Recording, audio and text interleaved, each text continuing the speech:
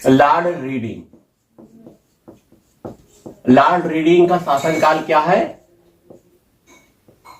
1921 का समय और 1926 के समय के बीच के काल में हम जो घटनाएं हो रही हैं उन पर चर्चा करते हैं। सबसे पहले देखिए 1922 में गोरखपुर में चौरी चौरा कांड होता है।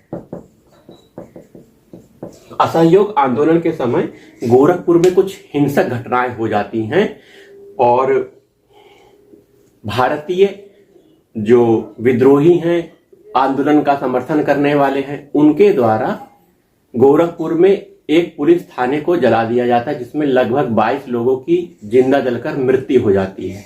और यह अहिंसक घटना देखकर गांधी जी असहयोग आंदोलन 1920 का वापस ले लेते हैं 1922 में।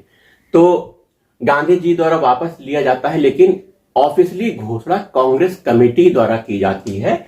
12 फरवरी 1922 को असहयोग आंदोलन वापस हो जाता है। असहयोग आंदोलन को गांधी जी द्वारा कांग्रेस कमेटी के द्वारा वापस ले लिया जाता है। ये दूसरी घटना हो गई।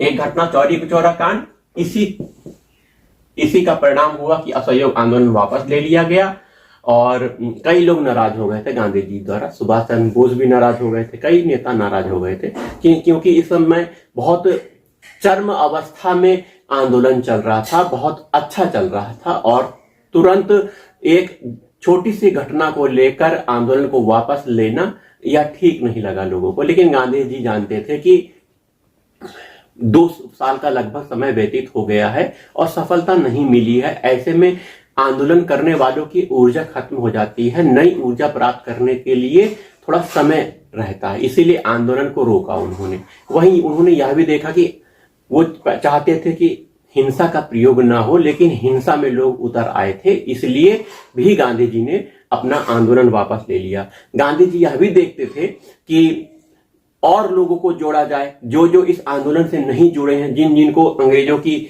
जो नीतियां हैं उनके बारे में पता नहीं है, लोगों को जागरूक करने, महिलाओं को जोड़ने आदि का काम करने के लिए, पुनर्जागरण करने के लिए, लोगों का उत्थान करने के लिए भी समय चाहिए और इकट्ठा करने, एकता लाने के लिए भी कार्य करना चाहिए। इसीलिए उन्होंने ये आंदोलन को वापस ले लिया, असहयोग आंदोलन का। बहुत से कारण हैं, इनमें ये कारण भी प्रमुख है। वही अगला देखिए, अब आइए 1923 में, दिसंबर 1923 में क्या होता है।